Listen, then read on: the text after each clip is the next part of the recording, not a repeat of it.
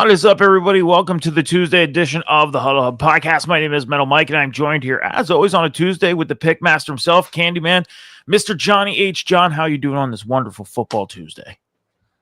I'm doing really good. How you doing? We are running late right now, and it's because of me. Got a little sick about an hour ago, but with what happened, I kind of tend to recover fast. So I'm all right. I'm good to go. Other than that, great Tuesday. It was a very good Tuesday. Not a bad day. The weather is getting pretty crappy outside now. It's getting cold. Well, we're halfway to winter, so The threat of snow. I hate it. bring it on, man. Why do you like the snow? I don't have to go anywhere right now. I mean, you don't have to go anywhere anyways. Like, if it snows, that just keeps you more stuck in the house. Like, if you have to go somewhere, just off the off chance that you have to go somewhere, the snow's going to keep you in the house. No, it's not. I'm not afraid to drive in the snow. I learned how to drive in the snow. I got my permit in the wintertime, and then we had a big blizzard. Like, I learned how to drive in the snow. I got Snow doesn't scare me. I got my driver's license in a snowstorm. Snow scared me when I first learned how to drive in it, but that was when I was 19, so that was a long time ago. It was a very long time ago. Very, very long time ago. I got my license in 2003. I got it February 25th, 2003 was the date that I got my license, and we were in the middle of a very bad snowstorm. That's crazy that you remember that. Yeah. And I got it when I was 19, permanent license.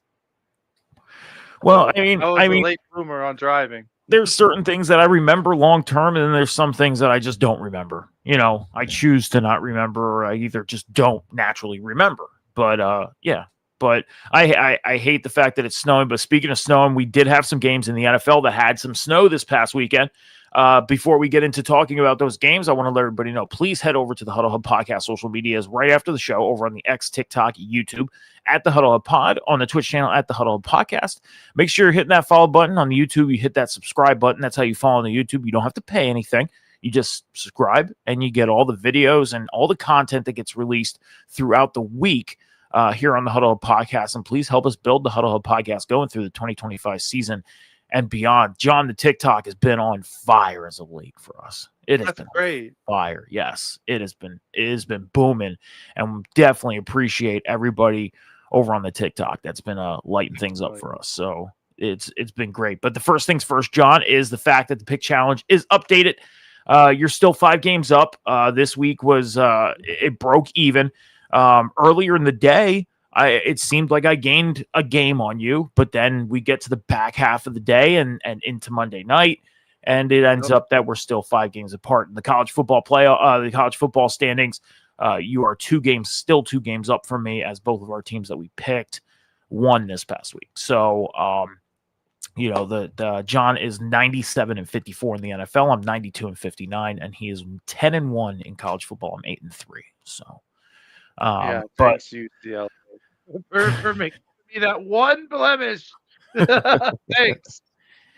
So, all right, John, well, let's get into recapping the NFL from week 10, a crazy week in the NFL. John, first things first, before I ask you what games that you kept an eye on, what games really, you focused on, you want to know something very, very crazy? All the winning teams in prime time combined score between the Broncos, the Chargers, and the Eagles combined scored 45 points.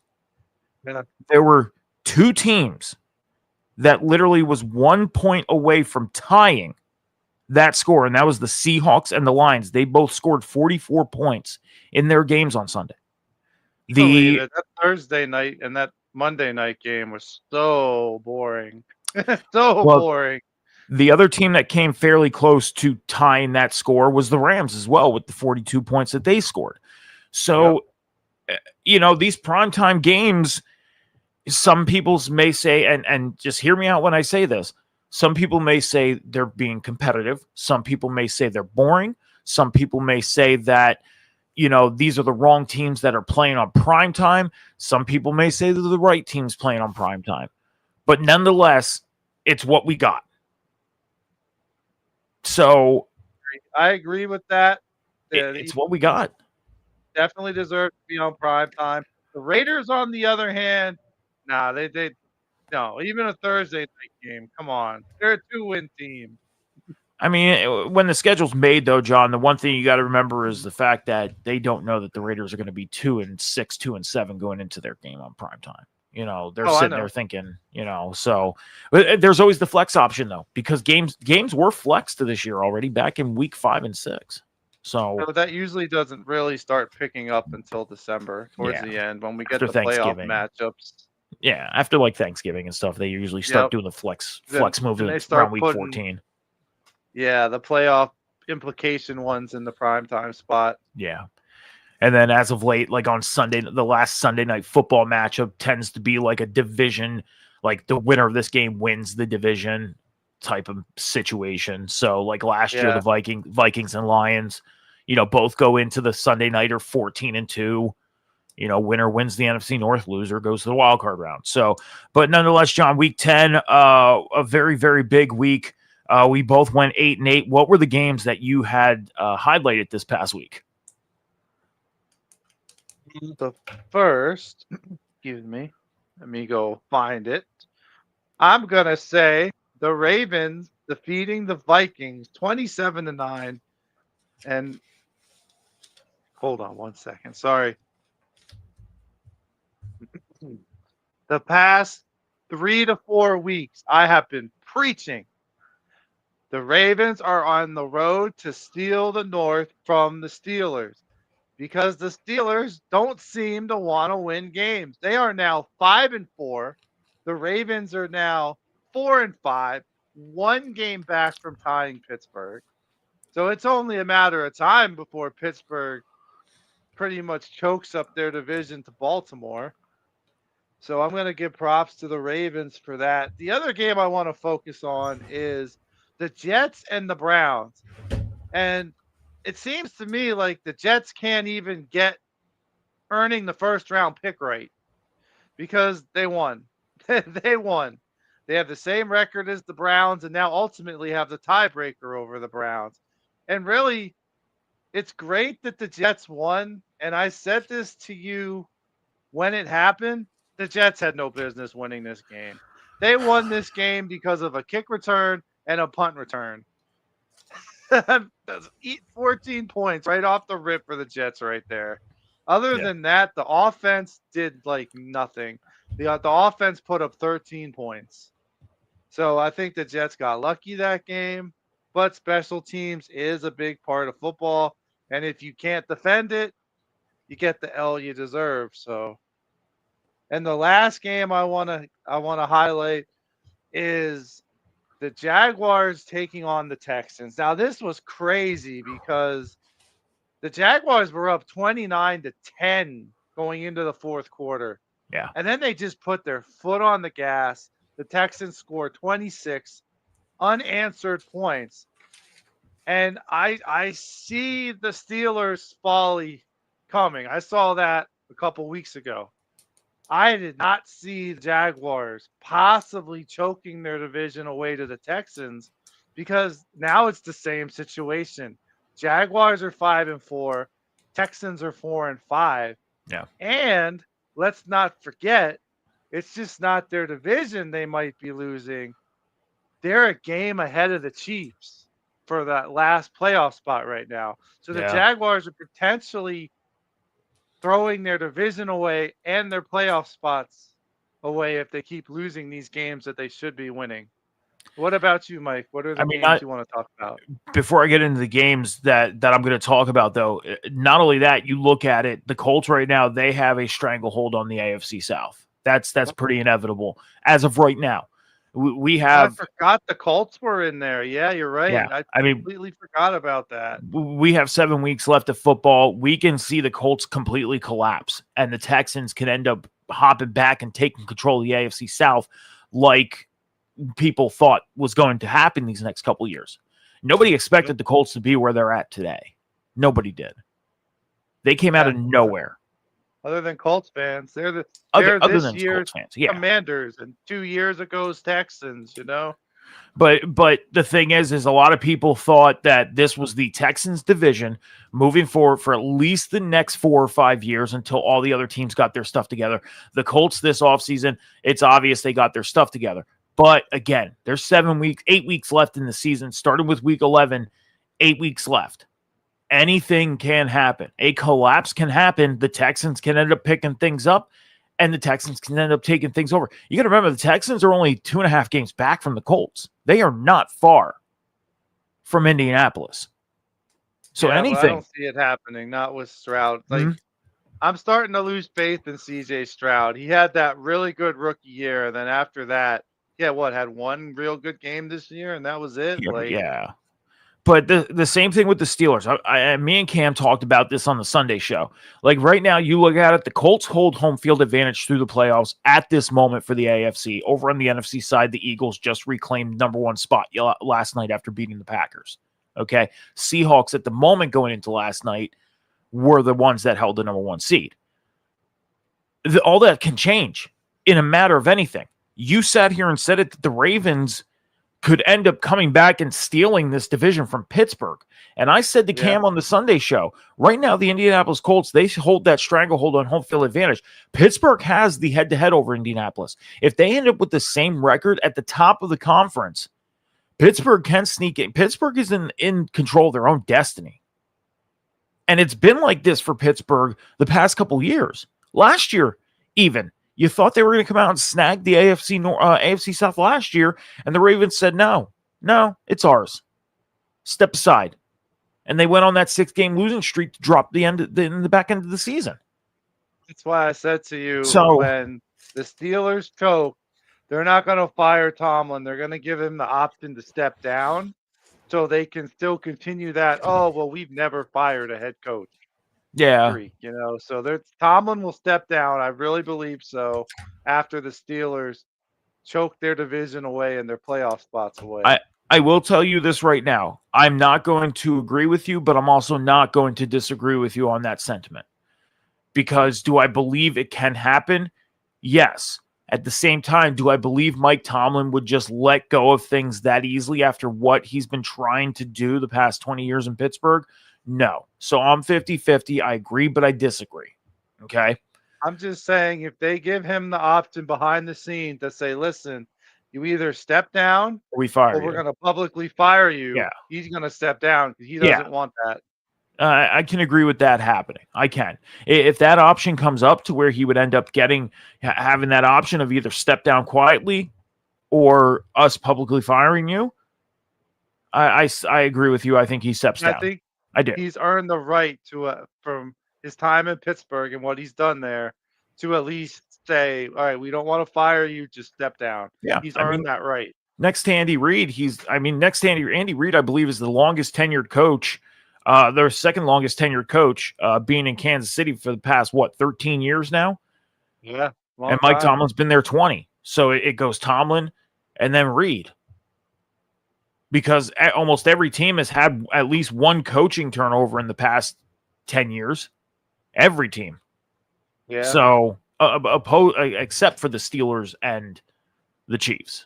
Yeah. So, let me get into my games, though. First game I want to get into is the Saints and Panthers. Hats off to the New Orleans Saints for going out and picking up a win. Tyler Shough getting his first career start as a New Orleans Saint, and he gets – this is crazy, John – that Tyler Shough, with him getting his first NFL start, ended up setting a franchise record for picking up a win by a rookie quarterback for the first time since I believe it was 1981. I'm looking at that real quick because I do have this written down. Yes, 1981 was the last time a rookie quarterback that was naturally drafted by the Saints won a game in their rookie year. So congratulations, Tyler Shough. I mean, hats off to him, and hats off for going out and picking up where people thought the Panthers, even myself, thought the Panthers were going to go in and take care of business and didn't. Everybody that plays the Saints think that team's going to steamroll the Saints. So anytime they win, it's a surprise. Yeah. Game 2, Dolphins, Bills. Hats off to the Dolphins for going out and taking care of business against Buffalo. I mean, you go back to a couple weeks ago on Sunday Night Football and you get the Patriots and Bills. The first thing you're thinking is this ain't going to be much of a game. The Bills are going to steamroll them. And the Patriots went out and took care of business. You get to this week and you look at it. Oh, the Bills are going to come out of the bye week and they're going to steamroll the Dolphins. They come out of the bye week and got completely decimated by Miami. Like, Yeah. and I agree with you. Miami is always a tough opponent for Buffalo. Always. It's always been. Same with New England. New England has always had a tough time against Miami. But at the state that Miami's in right now, firing their GM of 10 years a couple weeks ago, the chance that Mike McDaniel might be gone at the end of the year, Miami's in shambles right now. So for them to go out and pick up the win the way they did, hey, hats off to them. Last game, and I'm going to say this right now. I'm gonna steal one that you had on your list, and that was the Texans over the Jaguars. Because the Jaguars right now, they're an up and down team. One week they're going out winning, making you believe they're going to do something. The next week they're losing, and it's like, oh, all hope is lost for Jacksonville. When you're up by 19 points, you don't give that up. And Houston just came out and did their thing. Yeah, their thing. So hats off to the Texans, hats off to the Dolphins, hats off to the Saints for all going out and taking care of business this week. So yeah, great job by those teams. Do I think all these teams will turn things around? The Saints? No. Dolphins? No. Texans? I have belief the Texans are going to try and turn things around. Being in that playoff hunt right now, trying to come from the outside in. And especially with that 7 seed being wide open between the Jaguars and the Chiefs, I mean, the Texans, if they do something, they turn things around here in the next couple of weeks, they may end up hopping into that 7 spot. Possible, but I don't think they're gonna. I don't think Kansas City will end up the 7th seed, but I don't think they're gonna be the one that gets bumped from the playoffs. Oh, we'll definitely have to see what happens moving forward as we head into week 11, and me and Cam are going to cover and get you guys ready for week 11 this Sunday, 10:30 a.m. Eastern Standard Time, right here on the Huddle Podcast, Twitch, and the YouTube channel. John, a couple NFL records and milestones that were broken this week.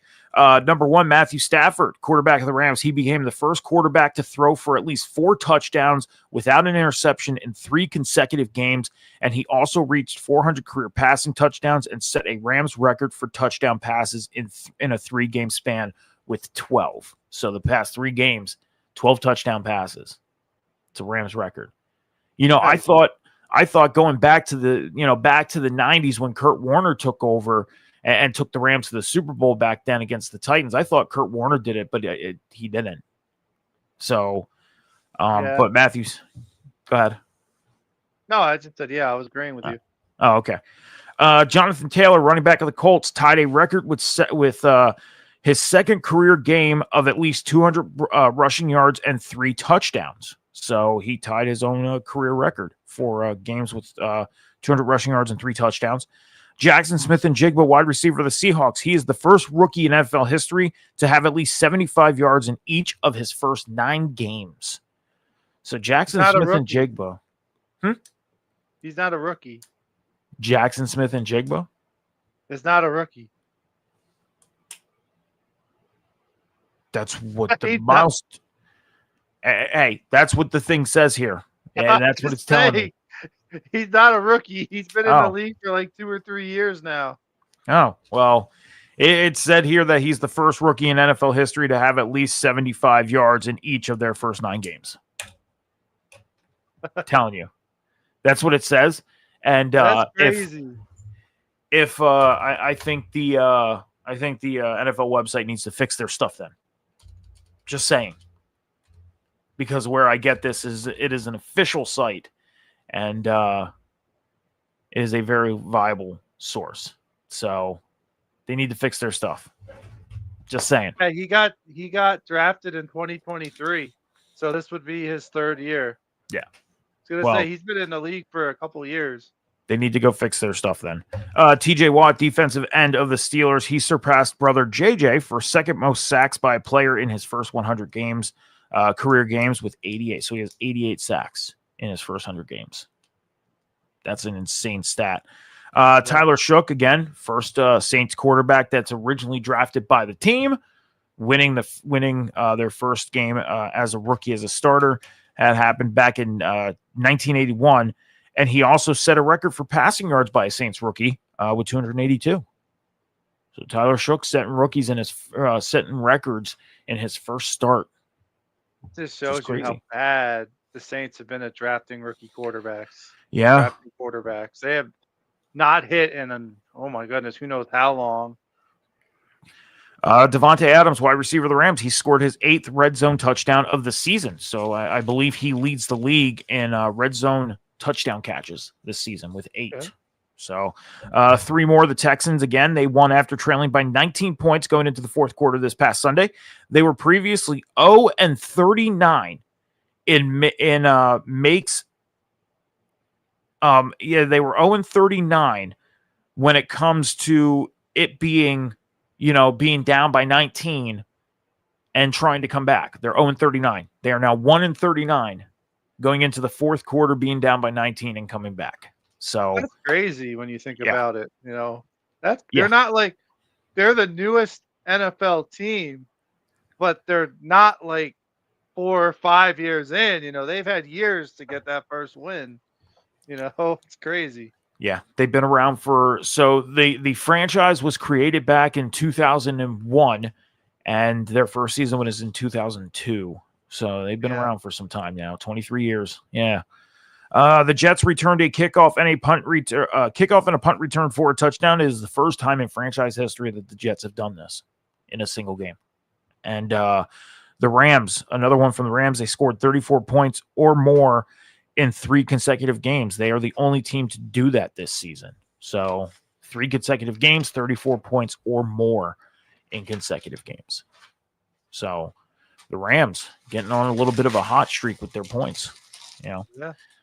Let's get into the news of things coming out of football this past week. The first thing we need to cover, first one we'll cover is Paul Tagliabue, former NFL commissioner, has passed away at the age of 84. So some sad news coming out on Sunday. It was announced. That one made me sad because he was the commissioner for the majority of my football fandom, because I got into it in 1990, and in his first year was like 89 or 90. So pretty much like he was my commissioner. So I was sad to hear that he passed. Yeah. Brian Daboll, head coach of the Giants, was fired yesterday. He was hired back in 2022. He did win coach of the year back in 2022 and also made the playoffs. The Giants went 9-7-1 in his first season. In 2023, went 6-11. 2024, he went 4-13. And in 2025, before he got fired in week 10, was 2-8. His overall record was 24-1. His division record, John, was 5-15-1. He also went 1-1 in the playoffs. He beat the Vikings in 2022 in the playoffs. And then the following week in the divisional round, lost to the Eagles. John, do you want to hear his record against the teams in the NFC East? Oh, yeah. This should be a laugh. Now, here's the thing is when you go and try and find a website to get these records, there's nothing. You have to do the research yourself. I spent about 40 minutes doing this research just to get the record against all 3 teams in the NFC East. Okay. Brian Daboll, as the Giants head coach, went 2-6 all time against Philadelphia. Okay. He went 3-2-1 against Washington. It's honestly pretty neat. 3-2-1. I like that. Yeah. His first matchup with the Commanders was a tie. That was his very first matchup with Washington. Ended up as a tie. And then his record against the Cowboys. You ready for this one? Yeah. He couldn't beat the Cowboys. He was 0-7.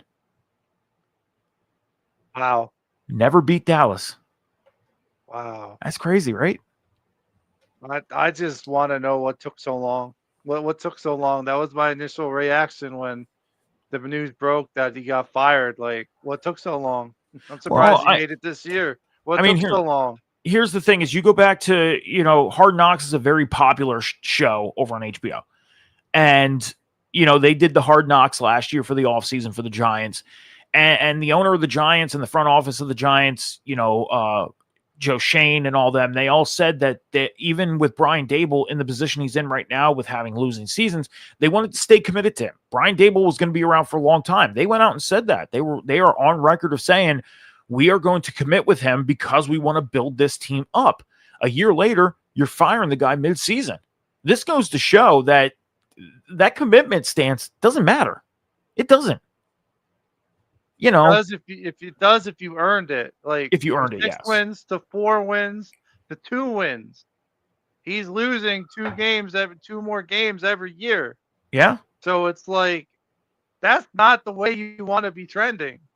No. So I don't blame him at all for breaking that commitment because he wasn't holding his end of the bargain. Yeah. No, I agree with you. I mean, you look at the records again in 2022, 9-7-1, 23, 6 wins, 24, 4 wins, and then this year, 2 wins. Like, dropped 2 games each year, except for the 2022 season going into 2023 is a 3-game split. So, I mean, being 20, 40, and 1 is not a good look. No, it's not. It's not. That's your next job's a coordinator or college football look. If you get a next job. Offensive coordinator Mike Kafka is going to be taking over the interim position for the rest of the year, so he is going to be taking over the head coaching duties for the remainder of the season for the Giants. Watch the Giants win at least 3 or 4 games under Mike Kafka. A guy who was legitimately a journeyman backup quarterback becomes head coach. Like, I think he even was a coach of a college team at one point. I'm not. He was. Yes, I mean that's what I mean. Like the guy, I think he's one of those quarterbacks that know the game. They just couldn't put it on the field. So it's like I want to see what he can do as a head coach.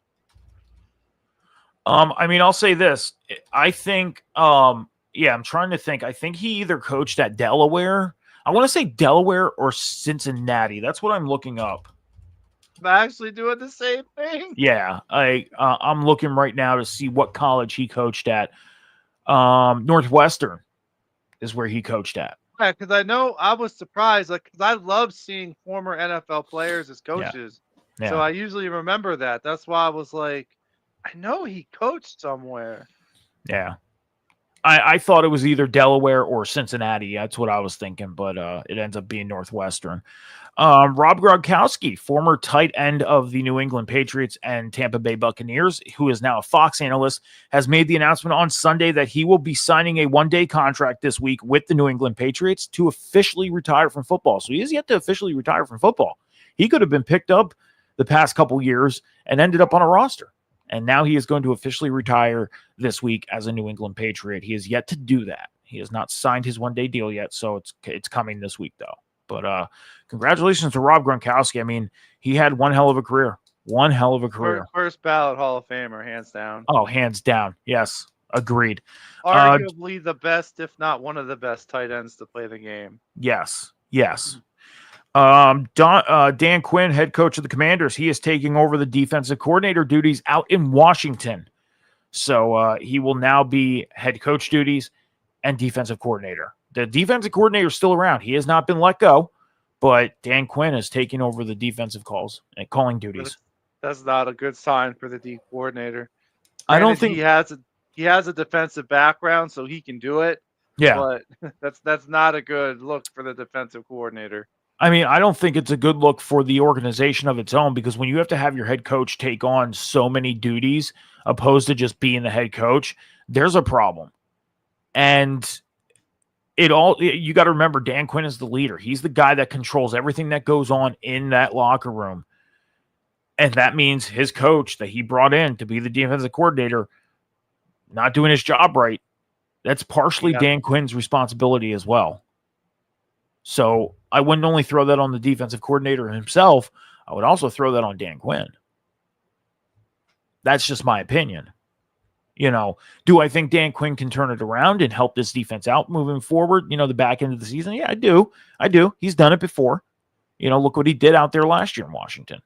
First year, and he was doing the defensive play calling then last year. So, maybe that's what it needs. He needs to take over those duties again to get the defense back on track Now it's going to be getting the offense back on track, because the offense right now is a mess. It doesn't help that your starting franchise quarterback is out and maybe out Your for the rest of the starting year, running back and and your one of your starting running back. starting Yes, receivers. yes, Injury bug is biting them. it is. It is. Deron Payne, defensive tackle of the Commanders, he's suspended for 1 game after deliberately punching Amon-Ra St. Brown on Sunday's game against the Lions. This was clear cut. And then the video is out there, Oh, I John. know. Deron Payne. I saw it. He went right for the Yeah, throat. Like, I he saw did. it. That was He wasn't one of those dummies that try to punch the helmet. He tried no, to get under the helmet. he did. But Amon-Ra St. Brown did a pretty good job avoiding it, and Yeah. good on him to do that. So. Traylon Burks, wide receiver of the Commanders, he underwent finger surgery. It does not seem to be a long-term out, maybe a week or two, and then he'll be back on the field. But the wide receiver room just continuously, tends to suffer out there in Washington right now. It's not good. So the Jets, their wide receiver room is going to suffer some more as well. Garrett Wilson, he is set to miss another 3 to 4 weeks with a knee sprain. He just came back from injury this week. He was out for about 2 or 3 weeks. And now he's going to miss another 3 to 4. So, the Jets, I think the Jets need to not try and win any more games to get themselves in position. They have 2 first-round draft picks coming up this year. Yeah. One of them's early, and then obviously right now, because with the Colts are projected to have the 32nd overall pick, pending on where their placement is after the playoffs, but it's going to be a back-end first-round draft pick. Yeah. And like we talk about, the number 32 pick is basically the first, second round pick at that point. Package it. Package it. Yeah. Travis Hunter, wide receiver / cornerback of the Jaguars. He is going to be undergoing some season-ending knee surgery. So Travis Hunter season is over. I want to talk about this one for a minute, John. We talked about Travis Hunter, and we talked about the workload that he's going to have working both sides of the ball, playing wide receiver, playing cornerback. In my opinion, I think he was a little bit of a better wide receiver than he was a defensive back. I think he would have had better production being just a wide receiver. And in my opinion, I think next year they're going to talk him into just playing on one side of the ball because of this happening. What are your thoughts?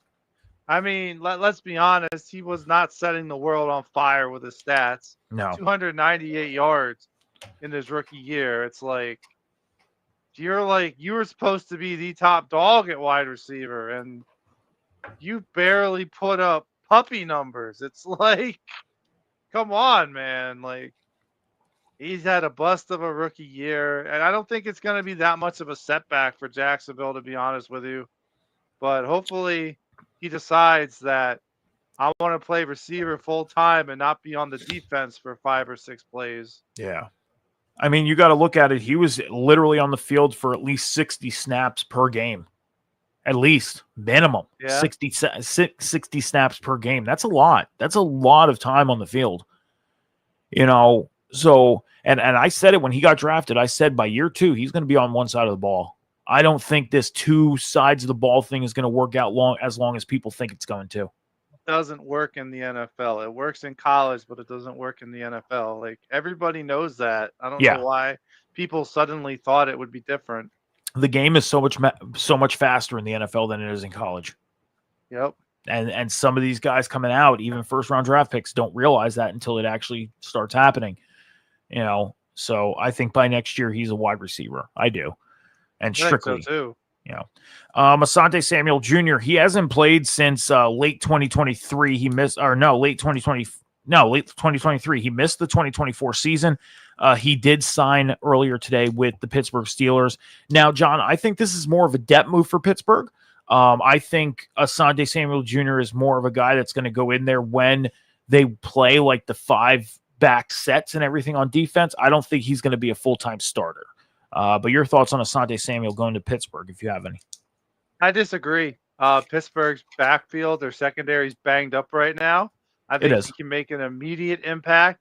He was a top 25 free agent. ESPN had him in the top 25, and nobody signed him. And now the Steelers got him for a fraction of what they could have during free agency. Oh, yeah. And with that banged up as their secondary is, I think he has a chance to make an immediate impact. Now, if he does or not, only time will tell. Yeah. But he has a chance to. That's fair. That's fair. We'll have to definitely see what type of role he plays, because he is going to be on the sideline this weekend for the Pittsburgh-Cincinnati game. Speaking of Cincinnati, Joe Burrow, quarterback of the Bengals, he is returned to practice. Now, he is not doing 11-on-11 drills right now. He is just strictly doing like simulated games and passes and taking a couple snaps here and there. He is going to be in the 14-day protocol. So if Joe Burrow potentially returns this season, his comeback date would be on December 14 or week 14 against the Buffalo Bills. So we may see Joe Burrow come back for Cincinnati. The question is, John, do you think it's too late for them?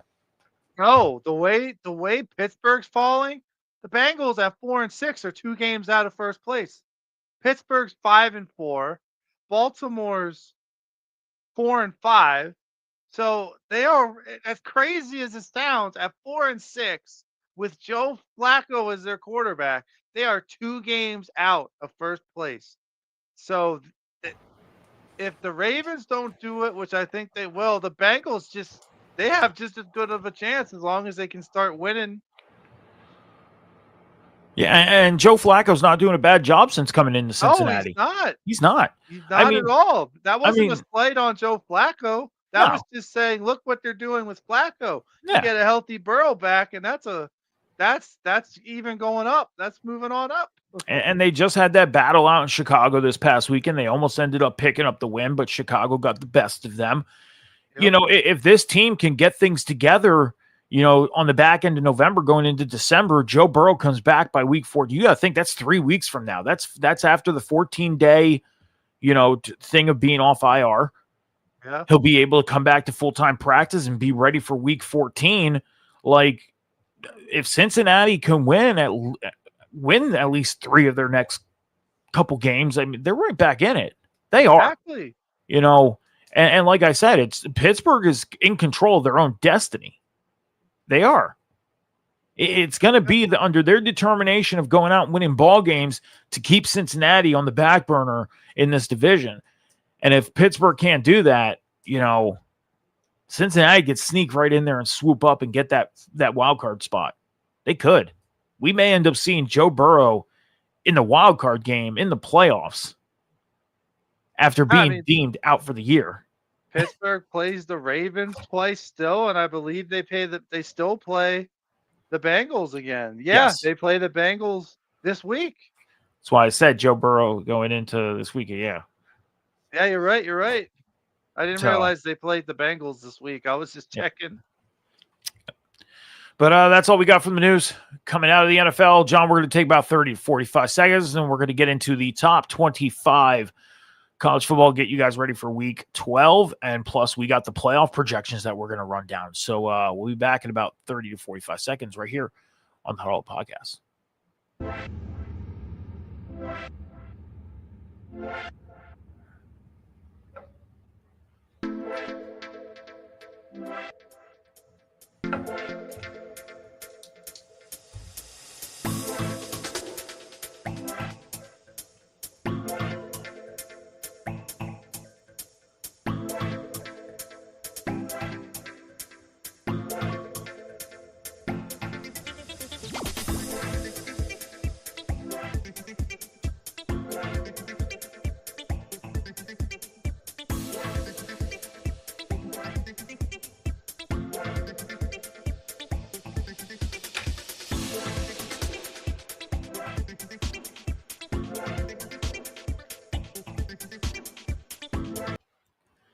All right, so make sure you guys are heading over to the Huddle Up Podcast social medias after the show over on the X, TikTok, and YouTube at the Huddle Up Pod, on the Twitch channel at the Huddle Up Podcast. Make sure you're hitting that follow button on the YouTube, hitting that subscribe button. That's how you follow. Help us build a Huddle Up Podcast going through the 2025 season and beyond. It would definitely be appreciated. Make sure you're doing that after the show. And if you're watching on the Twitch channel, all of the links to the social medias are in the bio. All you have to do is click and go to your desired social media that you want to follow us on. Hopefully it's on all of them. But if you have a desired social media that you want to go to, the link is in there in the Twitch channel. Or Metal Mike will tickle your feet. Oh my God. John, week 12 of college football is coming up. This season has been just like the NFL, very, very strange season. I mean, Oh, it's been great. we have teams in the top 25 that were definitely not expected to be in there. And even when you look at the playoff projection, which we're going to go over after we run down the top 25, there's a team or two in the top 20 in the playoff projection that you probably wouldn't have thought was there. So it's crazy to think. But let's run it down, John, starting with the team we always start with at number one this whole year, and that is the Ohio State Buckeyes. They are 9-0 on the year, and they're going to be taking on UCLA this weekend. So what do you got on Ohio State and UCLA? This is one of the games that I don't really have much on because I just feel like Ohio State's going to steamroll them, and UCLA really doesn't have a shot. I'm with you on that. I mean, UCLA started showing some promise promise of progress back when they went out and beat Penn State. They kind of went on that little bit of a losing streak, but I'm with you. I think UCLA is back into the position to where they're going to get beat up by teams, and Ohio State's going to be one of those teams that does it. So I'm with you. Number 2, Indiana, they are 10-0 on the year. They've been in the number 2 spot for a while. They're going to be taking on Wisconsin. So what do you got on Indiana and Wisconsin? I feel the same way about this game. Like, Wisconsin really hasn't shown me anything to really think they have a chance at winning this game. They've only won one game in the Big Ten so far, so I don't see why Indiana should have a problem with Wisconsin either. Indiana, the past couple weeks, I've been saying this, they've been pretty impressive to me. You look at some of the playoff predictions, not projections, but predictions, and some analysts are predicting Indiana at the end of the year to swoop in and take the number 1 spot from Ohio State. We have 3 weeks left in college football. Ohio State right now is rolling. I don't think there's any chance that Indiana is going to sneak in and take that number 1 spot. I think Indiana sticks around at the number 2 spot. So that's just my opinion. With that. Yeah. Number 3, Texas A&M. They've been in the number 3 spot for a while. They are 9-0 on the year, taking on South Carolina. So what do you got on Texas A&M and South Carolina? I just have this. South Carolina hasn't won a game in almost 2 months, and I really don't see why or how that's going to change against a team that's Texas A&M that's just rolling right now. So I got Texas A&M winning. Yeah, I'm with you. I mean, the past couple weeks we've talked about Texas A&M and the teams that they've been playing, and going into like last week they took on Missouri, and you're thinking Missouri looks good as a team. They might come in and upset this team. Yeah. They couldn't. The week before, we're sitting here talking about the team that Texas A&M was playing. We're thinking, oh, they might upset Texas. I think it's at the point, John, where we need to jump on the Texas A&M bandwagon and accept the fact that they are a very strong football team and may finish this season off strong. Well, I think they will. There's no doubt about it. They will. Yeah. Number 4, Alabama. They're 8-1 on the year, been in the number 4 spot for a while. They're going to be taking on number 11, Oklahoma. Oklahoma was in the number 11 spot for a while as well at 7-2. So what do you got on Alabama and Oklahoma? This matchup intrigues me a lot. And, Oklahoma, say what you want about them. They have key wins. They've beaten ranked teams this year. They beat Michigan. They beat Auburn. They beat Tennessee. They also have the 7th best defense in the nation and the 4th best running defense in the nation. They have a top 25 pass defense. What's going to hurt them is their offense. They're averaging 14.1 points per game. That's what's going to hurt Oklahoma. Alabama, on the other hand, again, 18th defense in the nation, 10th passing defense in the nation, but the 57th offense. They're averaging 17.2 points per game. I think it's going to be a close matchup, a defensive matchup. 2 real good defenses going against each other. But in the end, I think Alabama slightly has the better offense, and I think that's going to make the difference in why Alabama wins. I'm going to continue saying what you were saying with Alabama having a slightly better offense. I think Alabama might have a slightly better defense as well. That Alabama defense has done nothing but impressed me all season. And I think Alabama walks out on Saturday night with a victory over Oklahoma. Number 5, Georgia. They've been in the 5 spot for a while. They're 8-1 on the year. They're going to be taking on number 10, Texas. Texas moved up 3 spots from 13 to 10. They're 7-2 on the year. So what do you got on Texas and Georgia? I really, really want to see, because it seems to me like the Texas Longhorns are back on track. They've won 4 straight. But when I look at the teams, if Arch can stay consistent, they have a shot. If they get the ball to their key wide receiver, Ryan Wingo, they have the shot. And that goes with Arch Manning staying consistent. But I just feel like Georgia, they're better on both sides of the ball.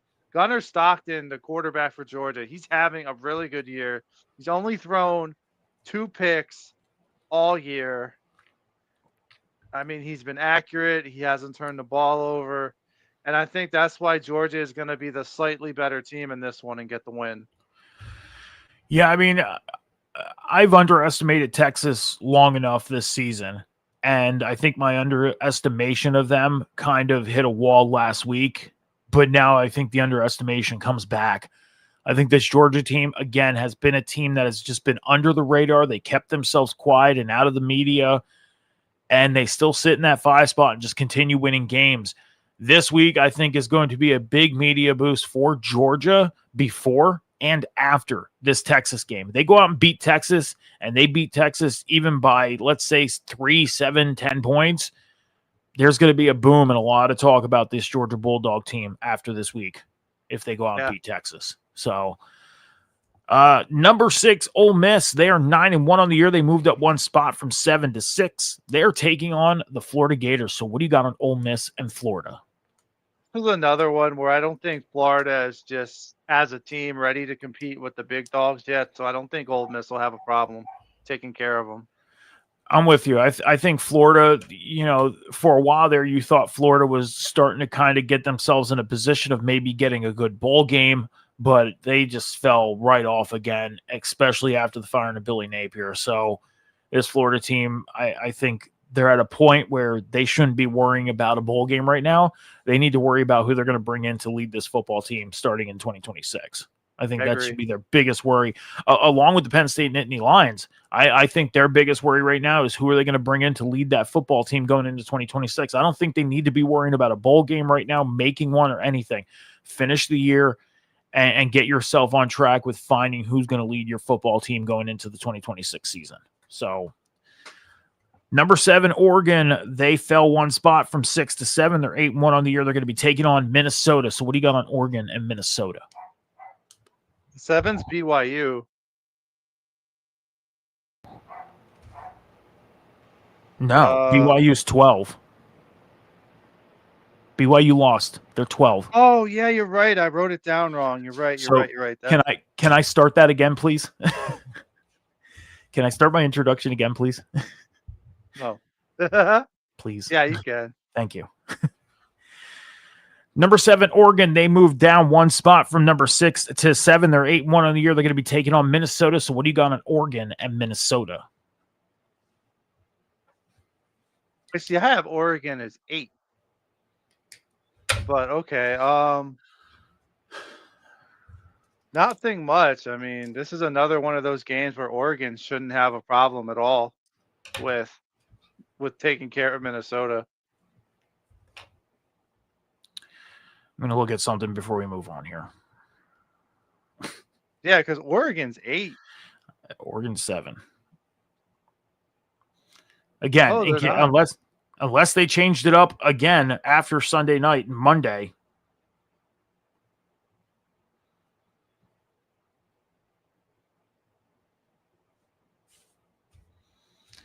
They did change it up.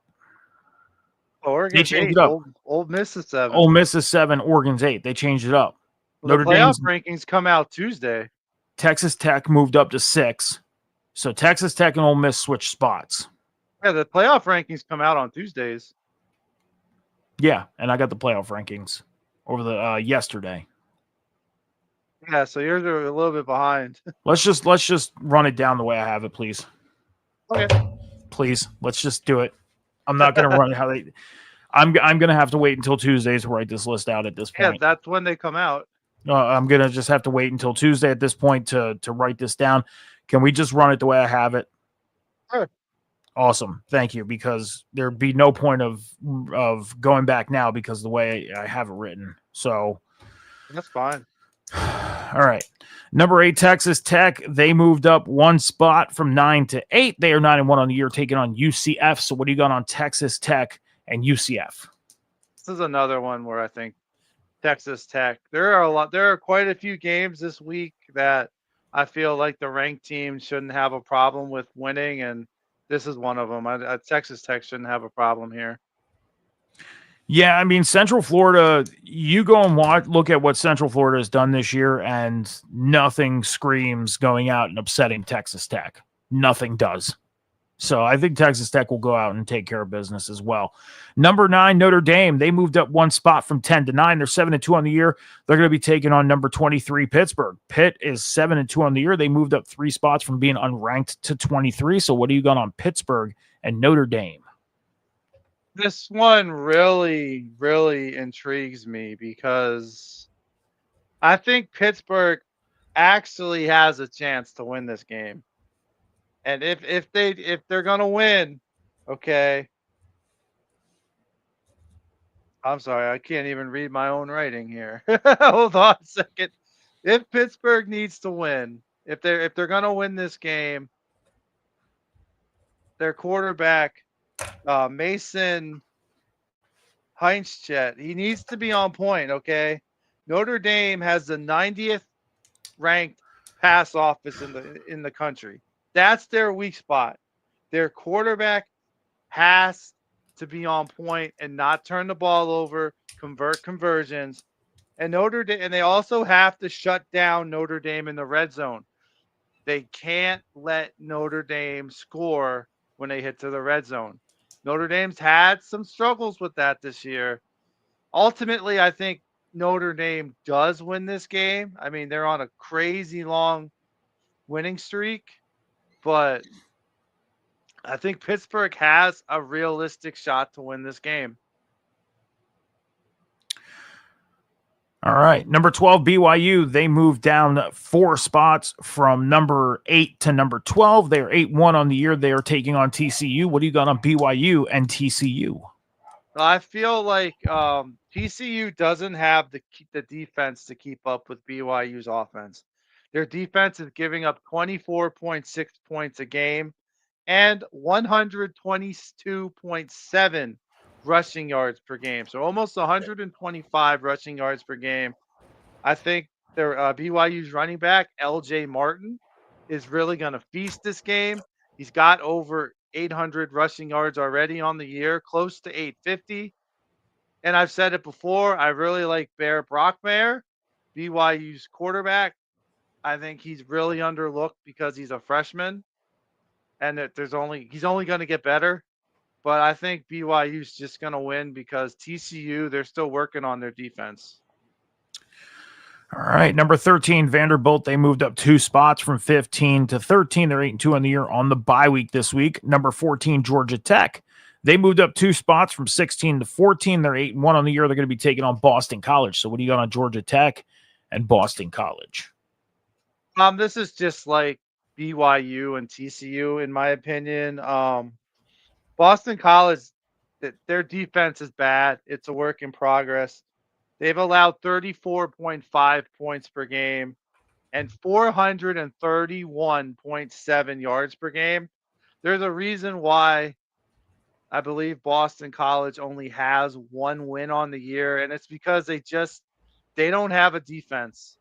And it's Georgia Tech's just going to keep rolling over them like everybody else has this year.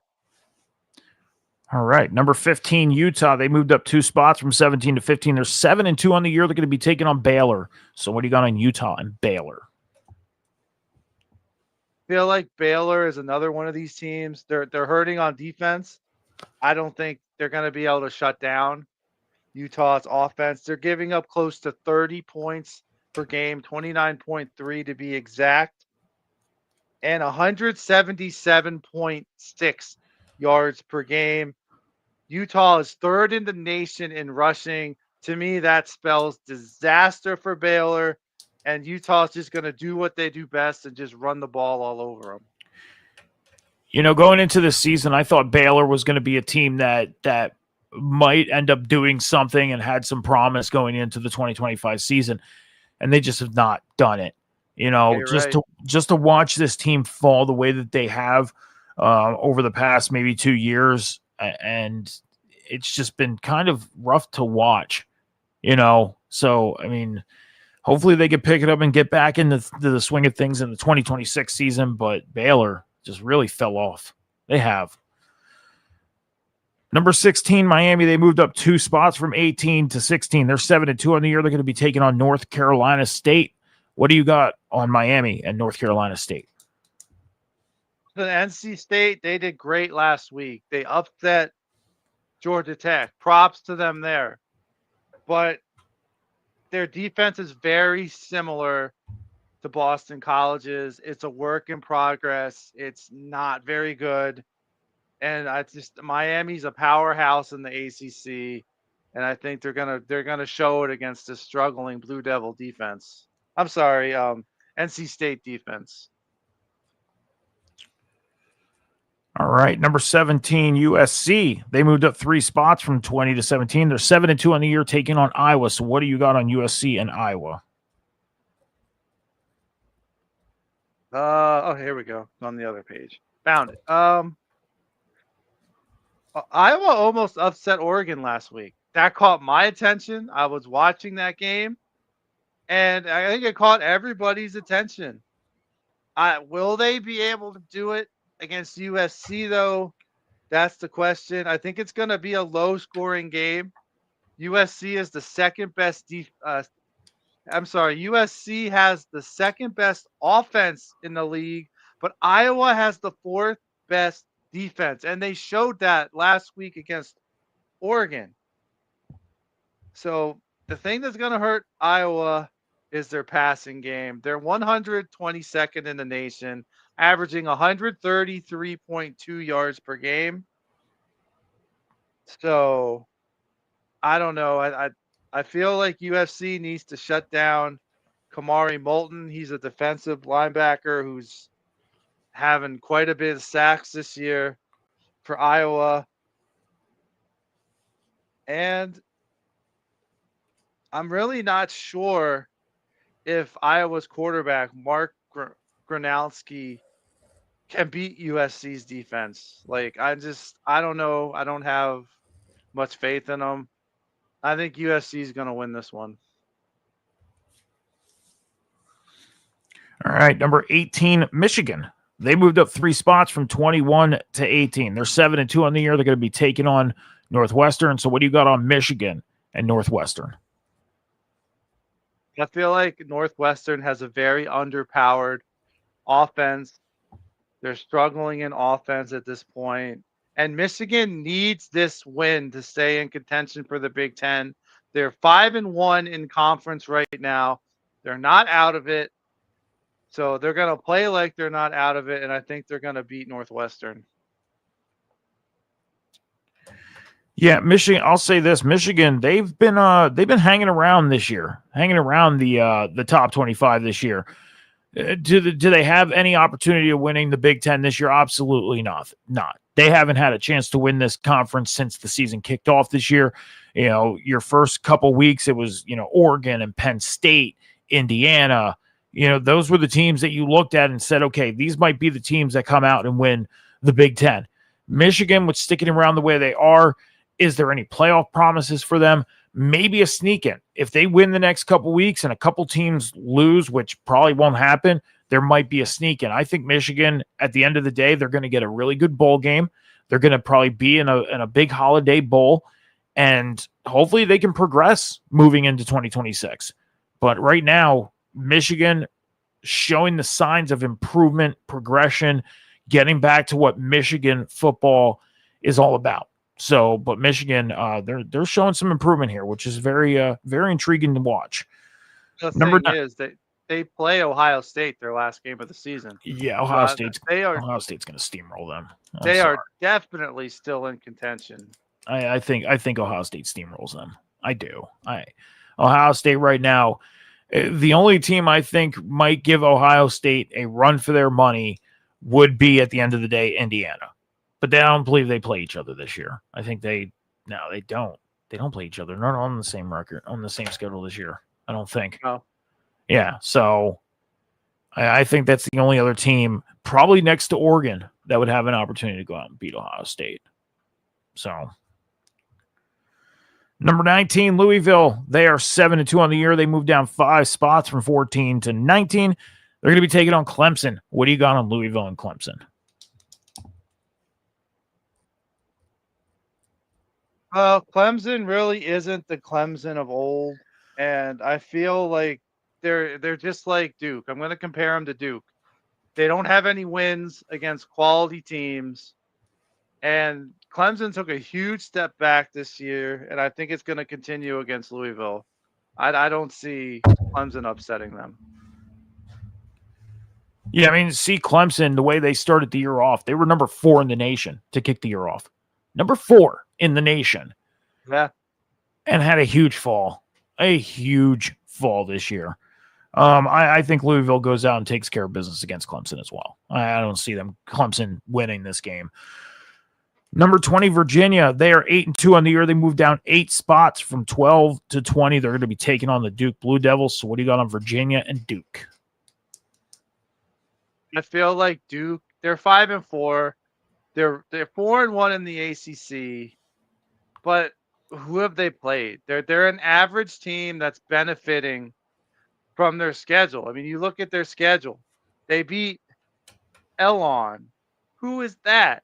They beat NC State. They beat Syracuse. They beat Cal, and they beat Clemson. They haven't beaten anybody. The only real tough team they've played is Illinois, and they got stomped on. So I don't see why Virginia should have a problem taking down an average team. It's great that they're going to make a bowl game. They probably will, but that's about it for Duke. All right. Number 21, Tennessee. They moved up 2 spots from 23 to 21. They're 6-3 on the year. They're going to be taking on New Mexico State. What do you got on Tennessee and New Mexico State? This is all I have to say. Tennessee has the number 1 offense in the country. Good luck, New Mexico State. You're going to need it. Yeah, I'm with you. I mean, Tennessee, they've been very up and down this year. Just so much to the point where the back end of the season should be a considerable maybe walk in the park. Who knows? Does Tennessee make the playoffs this year? No, those hopes are over for them. Do they get a good bowl game? Maybe. I've really retracted from saying that Tennessee is a very, very good school, because you go out and you make me stick a sock in my mouth for giving you guys hope and giving you guys praise, and you're 6-3. I think they're lucky enough to be in the top 25. I think there's other teams that should be in their position right now. So Tennessee is lucky to be in the position they're in right now, I think. I think their saving grace is they've beaten everybody they were supposed to beat, and their losses came to powerhouse teams, Georgia, Alabama, and Oklahoma. I think that's the only reason why. There were no technically none of those were upset losses. Yeah. So I think that they're hanging their hats on that. Number 24, James Madison. They moved in from the unranked to the ranked this week. They're 8-1 on the year. They're going to be taking on Appalachian State. So what do you got on James Madison and Appalachian State? Now you're throwing me for a curveball, because I did my information earlier today.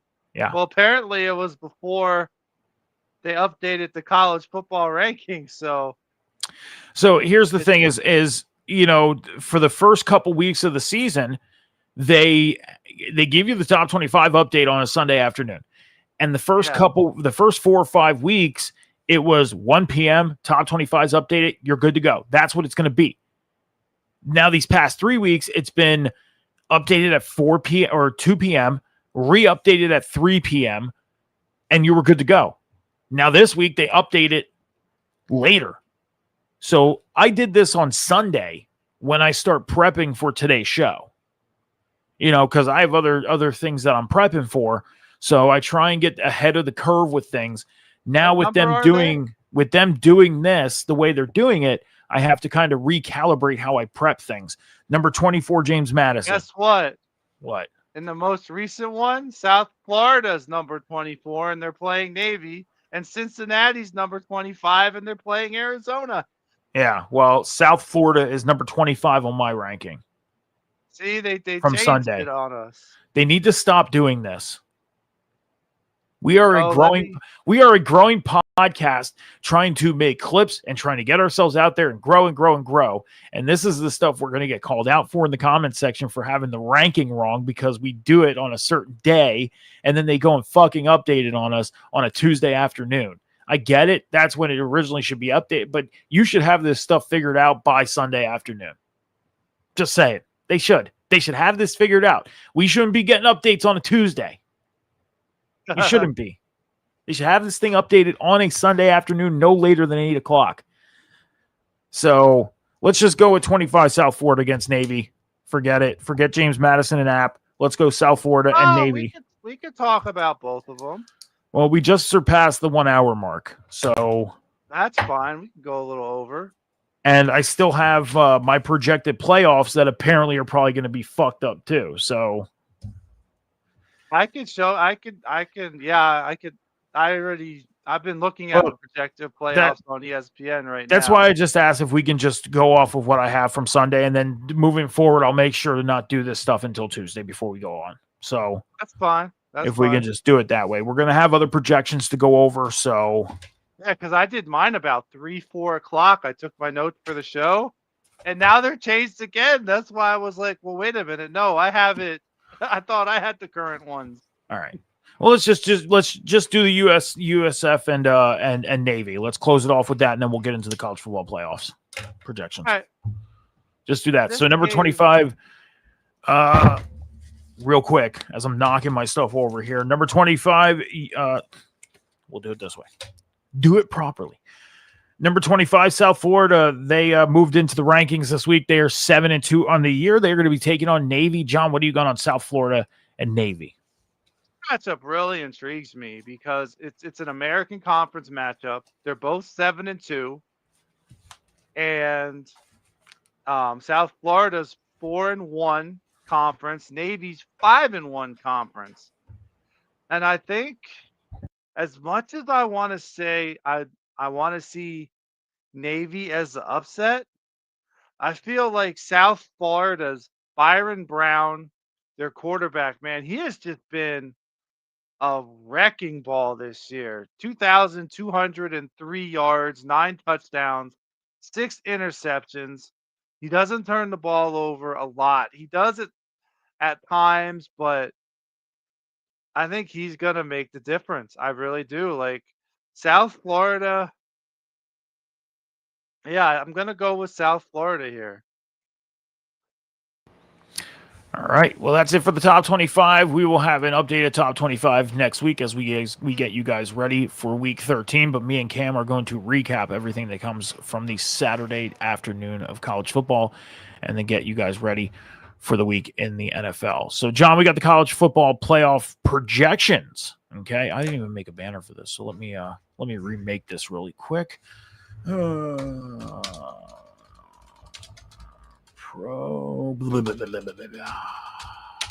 while you do that, I'm just going to flat out say it. I think Cincinnati's going to beat Arizona. Okay. So here's the thing is, again, my projections are from Sunday.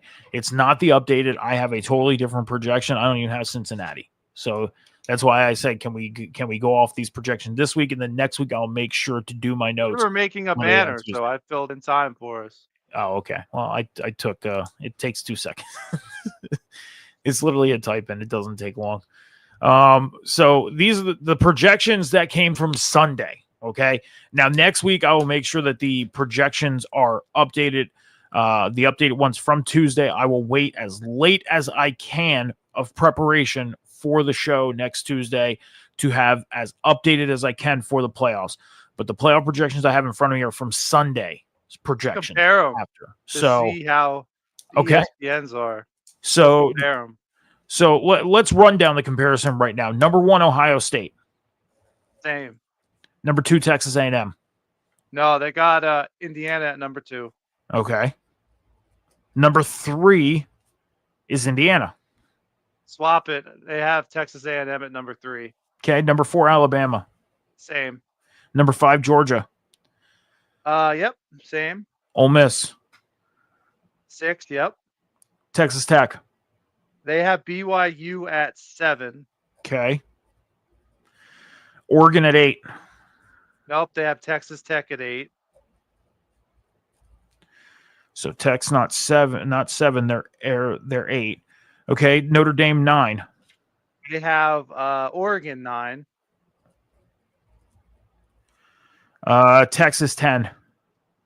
They have Notre Dame 10.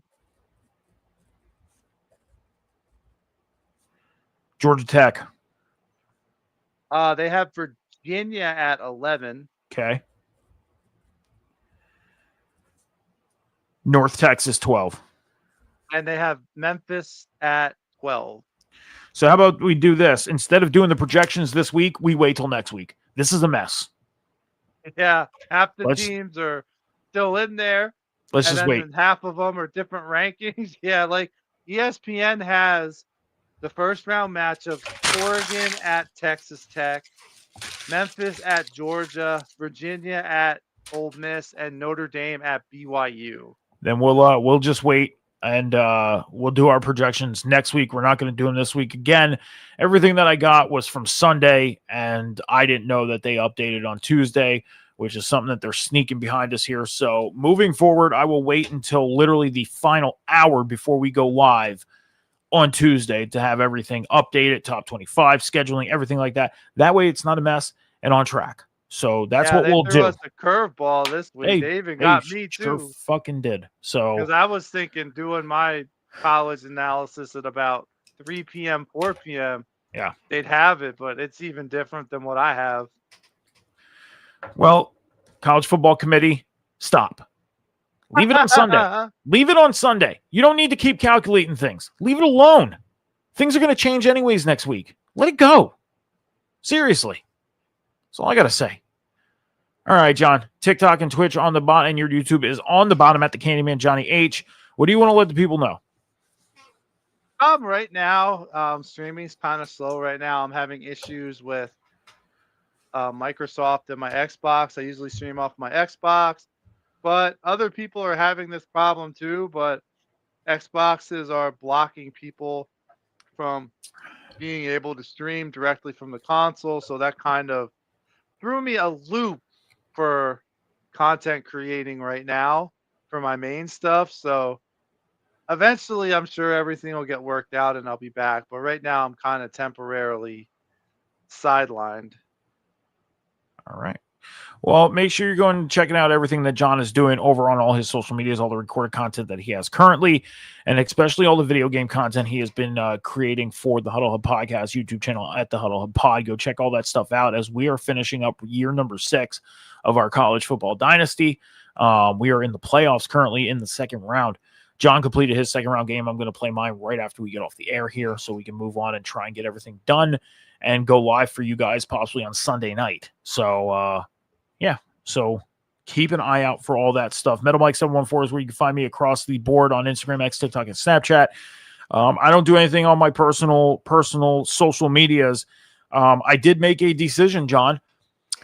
TikTok does a competition every year called Live Fest. Now, they have different categories for different levels of streamers, and I would be a new beginner streamer for doing Live Fest. I'm going to take part in it. I'm going to attempt to take part in it in the gaming category. So anybody who watches and wants to come and support me when I go live on TikTok for Live Fest, please come and do so. It would definitely be appreciated. I don't have any expectations whatsoever. I'm just going to do it for the fun because I want to try it. I want to do it. It's not going to throw me off my regular schedule of preparing for shows or going live for shows or doing anything like preventing me from doing anything with our college football dynasty thing. because I already have a schedule mapped out on how I'm going to do things. So I'm going to be taking part on TikTok's Live Fest this year as a new content creator, basically. Give myself something to do. Have fun, man. Good luck. Yeah. So other than that, you can check out all my content if you want to. I don't have much up there. I do all my content creating on the shows here. But yeah, make sure, again, you're heading over to all the Huddle Hub Podcast social medias over at the Huddle Hub Pod on YouTube, TikTok, and X, and the Huddle Hub Podcast over on Twitch. Hit that follow button. YouTube, hit the subscribe button. Help us build the Huddle Hub Podcast going to the 2025 season and beyond. John, let's get out of here. Guys, thank you for joining us tonight. Sorry for the late start. Got sick. Had to get myself better. I'm good to go. We'll see you guys on Sunday, me and Cam, as we run down the college football Saturday and get you guys ready for NFL on Sunday. Be good to each other. Be kind to each other. Take care of each other. Be patient with each other. Remember, the world is not moving as fast as you think. Until the Sunday show, have a great week, everybody. Deuces. Yeah.